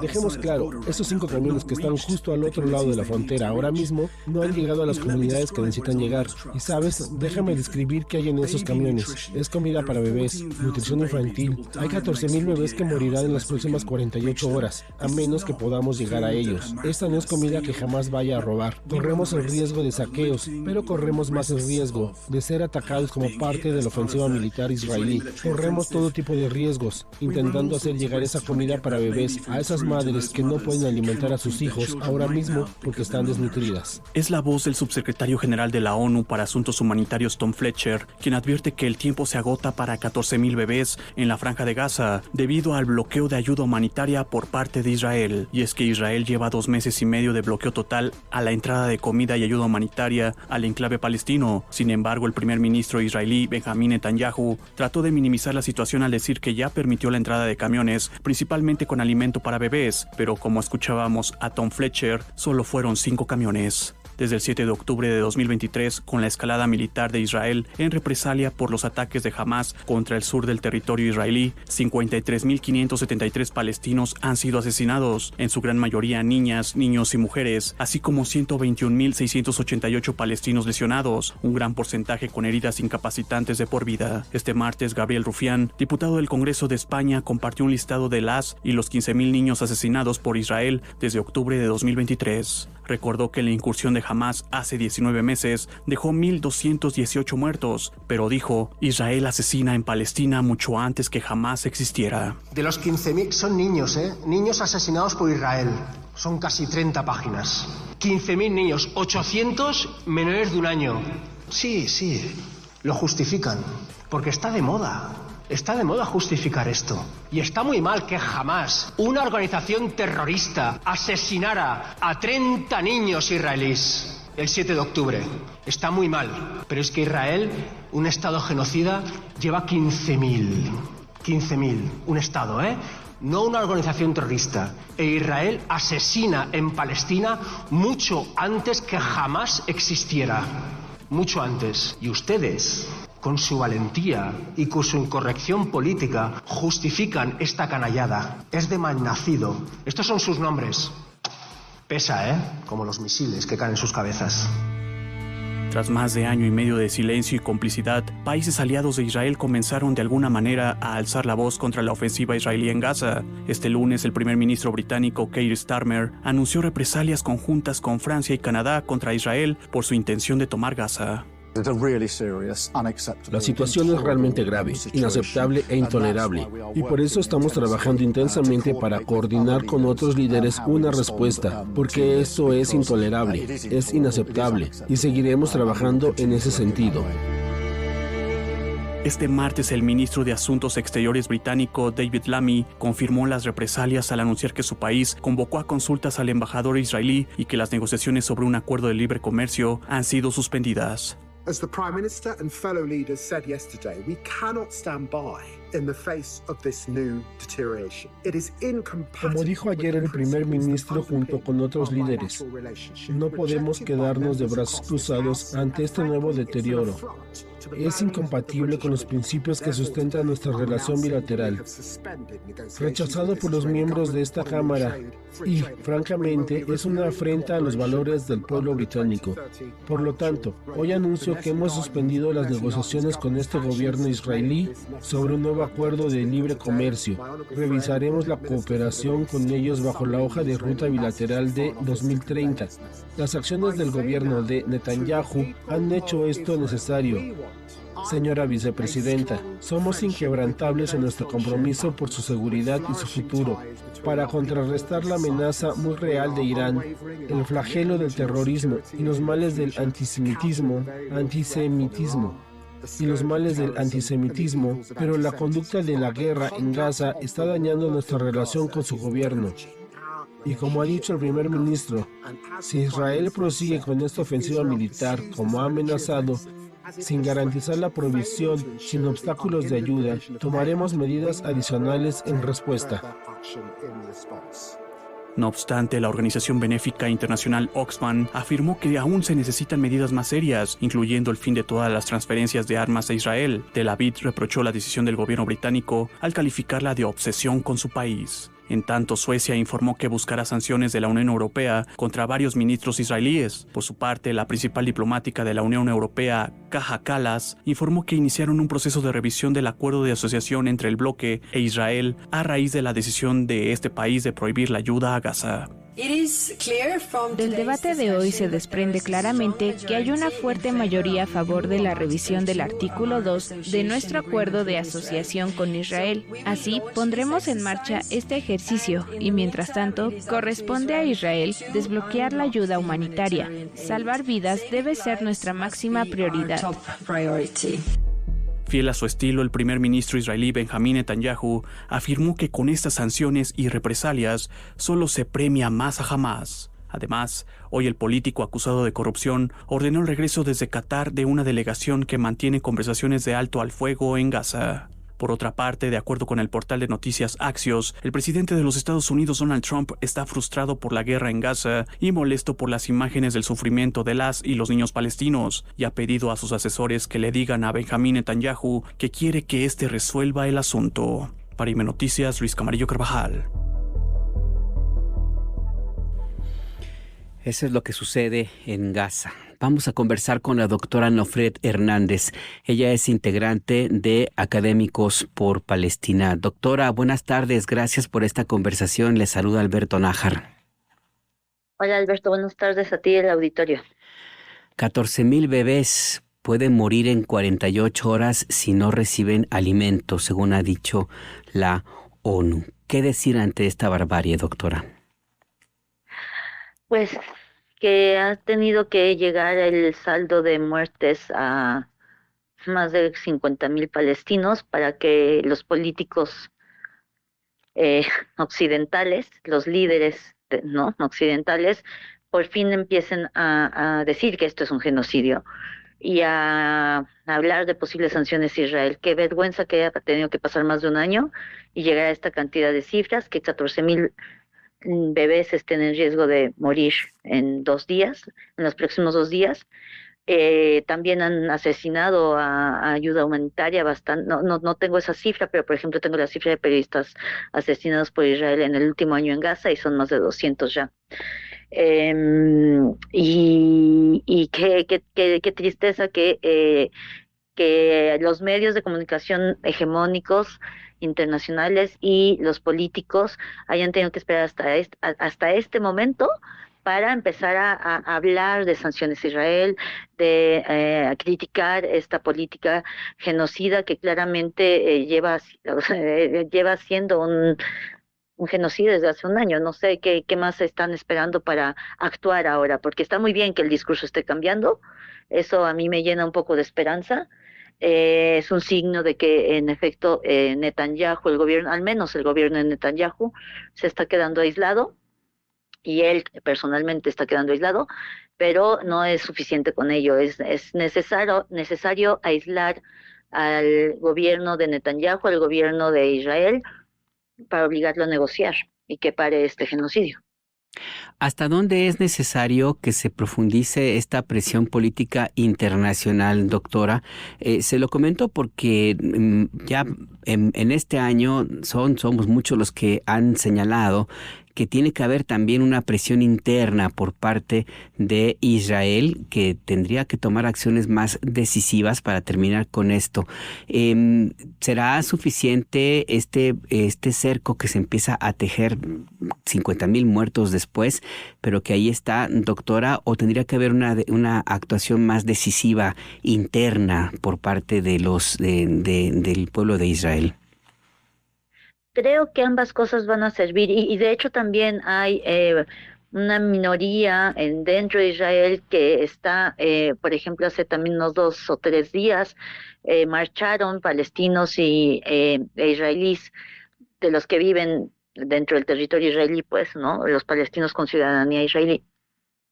Marcharon a la frontera con Gaza exigiendo que abrieran la frontera para la ayuda humanitaria.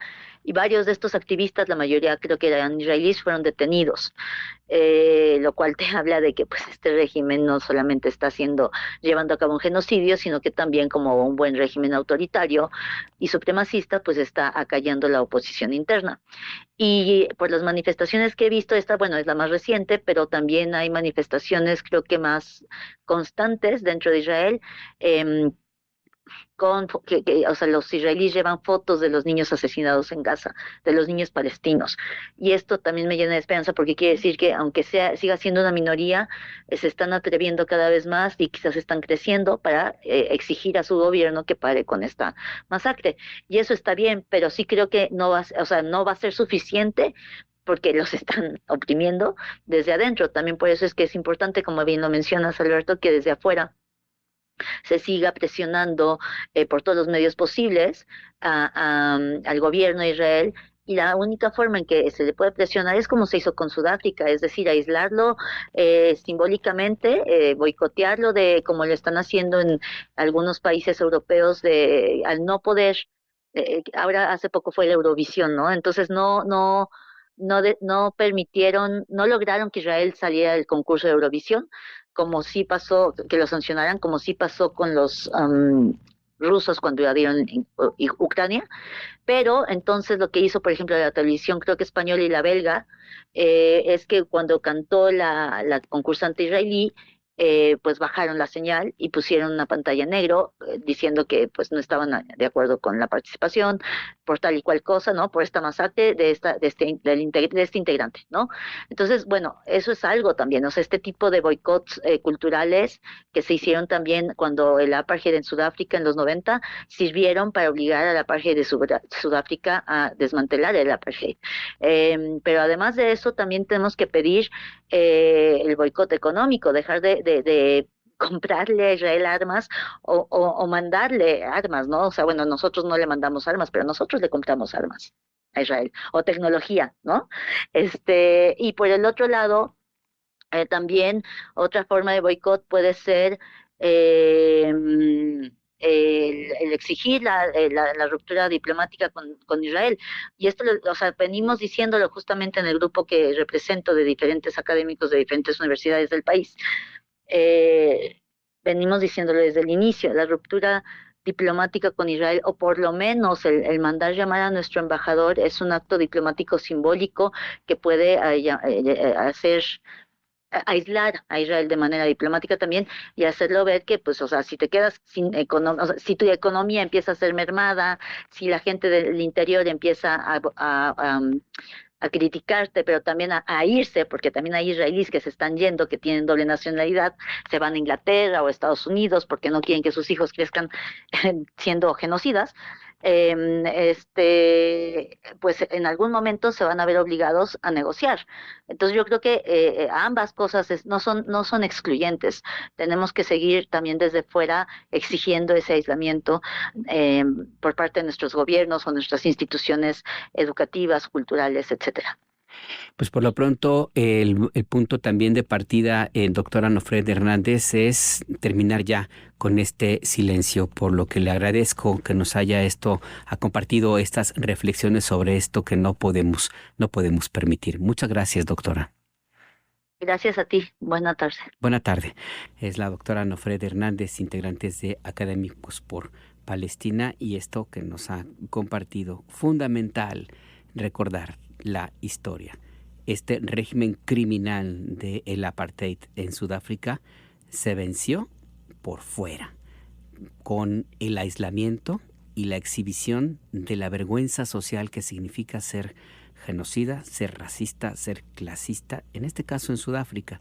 Y aquí en el tema de Gaza, de Palestina y del régimen de Benjamín Netanyahu, también es necesario exhibirlo en su esencia, así tal cual son.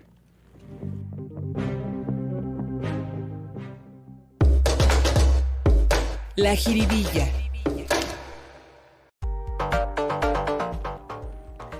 Y pues sí, la jiribilla, vamos a dedicársela de nuevo a Donald Trump de una u otra manera, porque vamos a hablar de su embajador, de Ronald Johnson, que acaba de llegar esta misma semana a nuestro país. El embajador de Estados Unidos en México fue a la Basílica de Guadalupe, apenas llegó, publicó fotos, hubo señalamientos ahí sobre la decisión de hacerlo.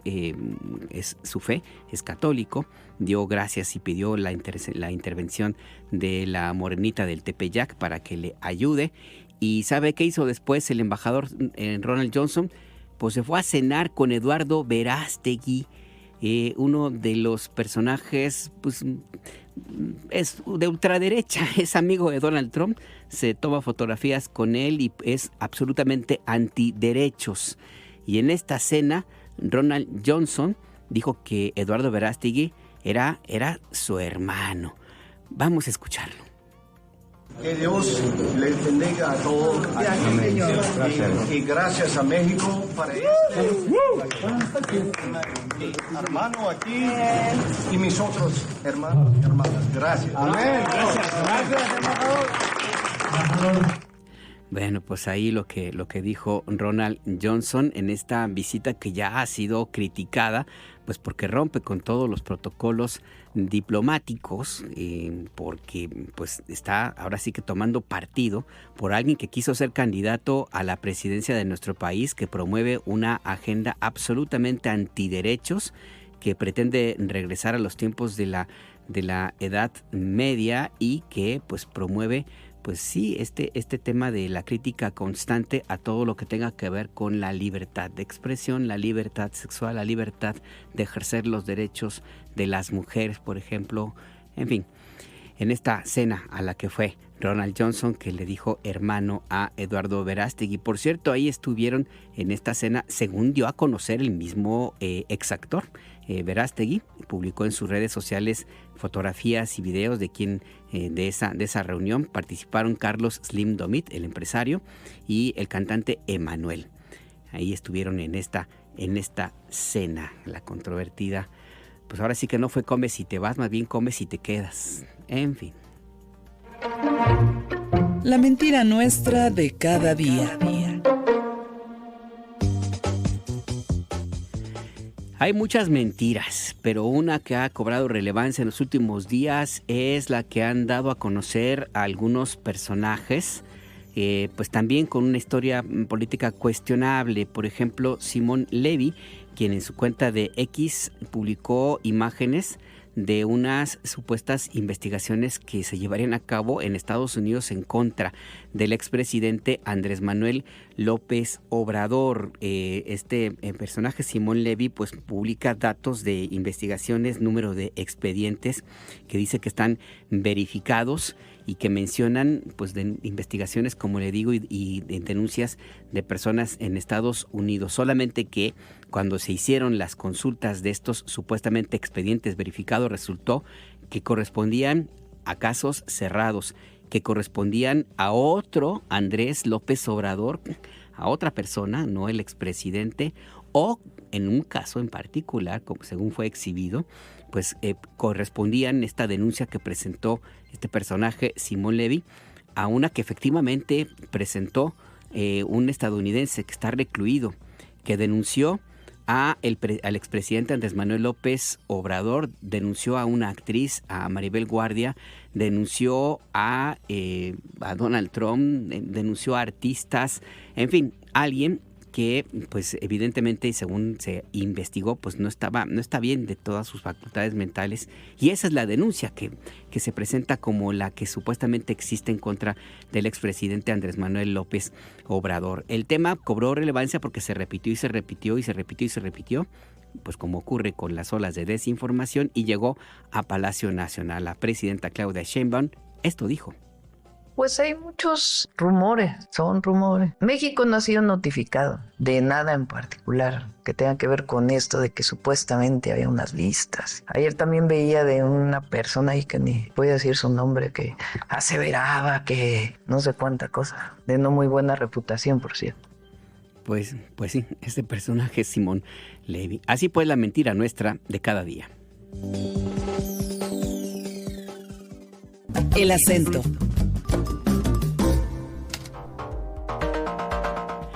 En esta recta final del acento, tu punto de referencia, vamos con Jessica Martínez, porque el secretario de Economía, Marcelo Ebrard, informó de un trato preferencial en las tarifas arancelarias de la industria automotriz de nuestro país. ¿De qué se trata? Buenas tardes, Jessica. Buenas tardes, Alberto, auditorio. Así es, el secretario de Economía, Marcelo Ebrard, informó que México y Canadá lograron un trato preferencial en las tarifas arancelarias de la industria automotriz. Con ello, los vehículos que Estados Unidos importe desde nuestro país tendrán descuentos en el cobro de aranceles. Vamos a escuchar lo que dijo. A partir de ahora, y de que entre en vigor esta nueva norma, los vehículos que se hagan en México, que van hacia Estados Unidos, en vez de pagar el 25%, pagarán alrededor del 15%, lo cual es una ventaja muy grande en relación a otros países que exportan a Estados Unidos. Desde luego que a nosotros nos encantaría que fuera cero, pero por lo pronto, pues tenemos menos 40%, en algunos casos quizá menos 50%, depende de cada modelo. Al mencionar que el viernes estará nuevamente en Estados Unidos, el funcionario federal mexicano acotó que con esta medida el secretario de Comercio y el representante comercial de aquel país cumplieron con su palabra. Agregó que el trato preferencial se ha logrado por la relación construida con Estados Unidos y por la necesidad de llegar a acuerdos que beneficien a la región de Norteamérica. Escuchemos. ¿Cuál es la fuerza principal de esto? La realidad de nuestra integración económica, número uno. Y número dos, la necesidad de ambos países, y también de Canadá, de actuar en conjunto en la competencia económica y geopolítica en la que estamos. Por consiguiente, estimo que claro que vamos a tener diferentes circunstancias. Puede ser que tengamos puntos de fricción en algunos temas. No, los intereses no necesariamente son los mismos, es obvio. Pero vamos construyendo una transición en la que sobreviva nuestro Tratado de Libre Comercio. auditorio, la información que tengo. Muchas gracias, Jessica Martínez. Saludos. Saludos, que tengas un buen día. Ahí pues esta información, se ha logrado un trato preferencial en los aranceles para la exportación de automóviles fabricados, armados más bien, construidos en México. Y vamos a otra información. Madres buscadoras ampliaron el cierre de calles que mantienen en su plantón en Calzada de Tlalpan en Ciudad de México. Exigen mesas de diálogo con las autoridades. Escuchemos a Geisel Zamora. ¿Cómo estás? Buenas tardes. ¿Qué sucede por allá? Muy buenas tardes, Alberto, y el auditorio que nos acompaña en Imer Noticias. Así es, un grupo de madres que buscan a sus hijos e hijas desaparecidos aquí en la Ciudad de México, pues mantienen desde ayer un plantón sobre Calzada de Tlalpan a la altura del metro Chabacano, y las madres demandan una reunión con la fiscal de justicia capitalina, Berta Alcalde, para coordinar la búsqueda de sus familiares. Ellas han denunciado la falta de respuesta a omisiones por parte de las autoridades, a pesar de que el gobierno de la ciudad pues creó un gabinete especializado para la búsqueda y localización de las personas desaparecidas. Vamos a escuchar el testimonio de Rocío Méndez Chávez. Ella es madre de Sofía Lorena Meneses Méndez, que desapareció el 28 de junio de 2018 a los 25 años de edad. Nos den una mesa de trabajo por falta de búsqueda, porque ese es nuestro motivo de nuestro plantón. Sofía, ya casi 7 años, y no sabemos nada de Sofía. No tenemos ni un plan de búsqueda para Sofía, y se los he pedido. Y si hemos hecho búsquedas, es porque yo di el punto donde supuestamente fueron a dejar a mi hija. Por eso es que hemos hecho esa búsqueda, pero no por ellos. O sea, ya basta. El plantón surgió ayer por la mañana, luego de que la Fiscalía de Personas Desaparecidas canceló sin previo aviso la búsqueda de Pamela Gallardo Volante. Esta búsqueda se tenía prevista para el 19 al 23 de mayo en el Ajusco, el lugar donde desapareció hace 7 años. Cabe resaltar que alrededor de las 6:50 de la mañana las madres recibieron una llamada de las autoridades del gobierno de la ciudad, en la cual les ofrecieron una mesa de trabajo, pero con la condición de que retiraran el plantón, por lo que las madres se negaron. Vamos a escuchar lo que dijeron. Nosotros una vez más les decimos a la sociedad y a los medios de comunicación que otra vez las autoridades nos han demostrado cómo no saben respetar y cómo no tienen palabra y no respetan los acuerdos con las familias buscadoras. Bueno, las madres buscadoras aseguraron que no se retirarán de aquí de Tlalpan hasta ser atendidas en condiciones, e incluso pues ya subieron sus protestas a cerrar el otro lado de la vialidad a dirección tasqueña, y también algunas calles todavía más de aquí a la altura de Metro Chabacano. Esta es la información que les tengo, Alberto. Muchas gracias, Geisel Zamora. Estaremos al pendiente. Hasta luego. Hasta luego, buenas tardes. Sí, esta situación de las madres buscadoras que piden pues que las autoridades hagan más todavía para encontrar a sus hijas, hijos, hijas desaparecidos. Y hablando de este tipo de situaciones que es ni modo parte de la protesta social, justificada o no, pues los integrantes de la Coordinadora Nacional de Trabajadores de la Educación se han reunido en la Secretaría de Gobernación para llegar a un acuerdo sobre sus demandas, que se abrogue la ley del ISSSTE de 2007 y termine ya por fin la vigencia de la reforma educativa de Enrique Peña Nieto. Víctor Raúl Ramírez, nuevamente, buenas tardes, cuéntanos qué es lo que sucede. ¿Qué tal, Alberto Auditorio? Buenas tardes, aquí nos encontramos en las inmediaciones de la Secretaría de Gobernación, en donde este martes integrantes de la CENTE bloquean los accesos a esta dependencia. Esto en protesta porque no ha habido una respuesta por parte del gobierno federal para sus demandas, como son la abrogación de la ley del ISSSTE del año 2007 y también de la reforma educativa aprobada en el sexenio del expresidente Enrique Peña Nieto.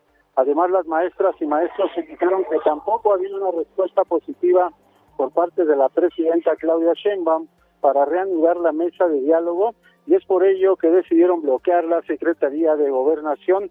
Los integrantes de la CENTE continúan este martes así con sus movilizaciones y marcharon desde 4 puntos de la Ciudad de México hasta aquí a la Secretaría de Gobernación. Los contingentes se movilizaron desde la calzada San Antonio Abad a la altura del metro Chabacano, también desde el metro Lázaro Cárdenas, desde la Escuela Normal Superior y desde el Ángel de la Independencia. Y bueno, pues se encuentran aquí ahora en la Secretaría de Gobernación en espera de que les den respuesta positiva a sus demandas. Ese es mi reporte. Muchas gracias, Víctor Raúl Ramírez. Pues estemos pendientes a ver qué es lo que sucede. Buena tarde. Hasta luego. Hasta luego, que tengas una buena tarde. Y mire, sí, las movilizaciones siguen en algunos lugares de Ciudad de México. El metro y el metrobús informaron sobre cambios, el metro, en algunas estaciones en las cuales hay que tener pues tiempo para llegar porque se congestiona el servicio, y el metrobús que cambió alguna de sus rutas, sobre todo en Avenida Reforma. Por cierto, que los maestros se habían manifestado a las afueras del metro San Cosme de la línea azul, la línea 2. Y también el gobierno de Ciudad de México informó que pospuso la jornada 28 del Zócalo Ciudadano, que estaba programada hoy para el Monumento a la Revolución. A través de sus redes sociodigitales, el gobierno capitalino agradece la comprensión y señalan, como es claro, que la administración de Clara Brugada está de luto. Pero eso no significa que también haya información de servicio social. La Secretaría de Gestión Integral de Riesgos y Protección Civil pues activó la alerta amarilla por altas temperaturas en la capital. Se prevé que el calor llegue hasta 32 grados centígrados por lo menos hasta las 5 de la tarde. La alerta es para todas las alcaldías de la Ciudad de México, excepto Álvaro Obregón, Coajimalpa, Magdalena Contreras, Milpalta y Tlalpan, que tienen pues una zona rural, y en algunos casos como Coajimalpa, Magdalena Contreras y Álvaro Obregón pues tienen zonas boscosas. Las autoridades recomiendan mantenerse en lugares frescos, usar bloqueador solar, evitar comer alimentos en la vía pública porque el calor descompone rápidamente los alimentos, entonces hay que tener todas las precauciones posibles, porque sí, las infecciones y luego uno las anda sufriendo. Y las recomendaciones: manténgase hidratado, hay que estar muy pendientes de las niñas, niños y niñas y de los adultos mayores, que son los más propensos a tener problemas con las altas temperaturas. Y mi recomendación, pues la que suelo hacer en estos casos, también ponga atención a los animales de compañía, no los saque a pasear a esta hora, por ejemplo. Tiene que ser muy temprano, antes de las 10 de la mañana y después de las 5 o 6 de la tarde, ya que bajó el calor, porque el asfalto sí alcanza altas temperaturas y pues los perritos pues no tienen botas, no tienen zapatos para protegerse, y por eso es muy, muy importante que los cuide, póngales agua todo el tiempo, no los deje a la intemperie.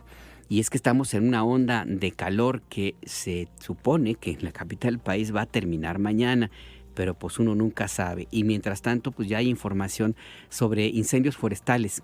La Comisión Nacional Forestal reporta 113 incendios activos.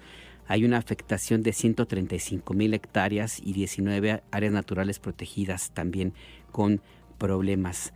La superficie afectada pues es poco menor a la de Ciudad de México. Los incendios están en 20 estados, principalmente en Chihuahua, Durango, Sonora, Nayarit y Sinaloa. Así es que pues también, si usted va a salir a algún bosque, no encienda fogatas, no arroje colillas encendidas, no deje basura ni por supuesto envases de vidrio, porque luego hace un efecto como de lupa y pues concentran el calor y pueden desatar algún incidente que afecta a la naturaleza.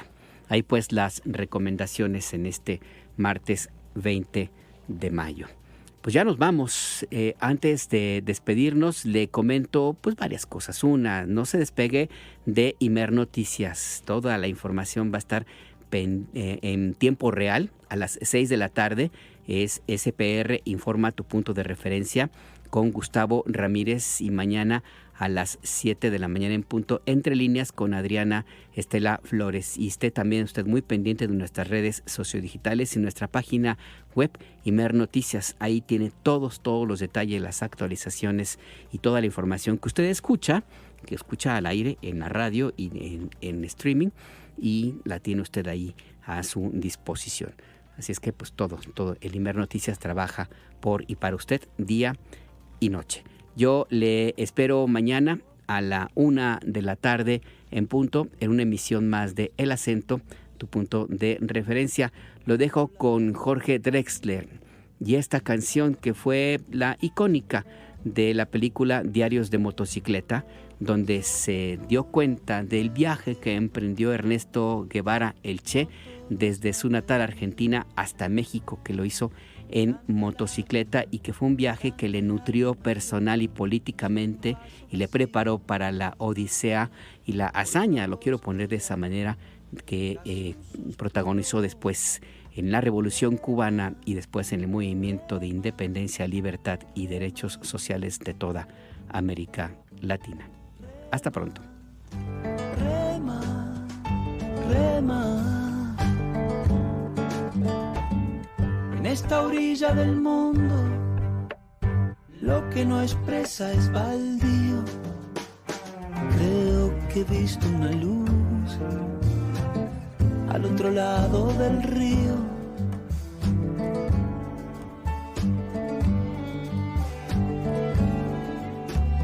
Yo muy serio voy remando, muy adentro sonrío. Creo que he visto una luz al otro lado del río.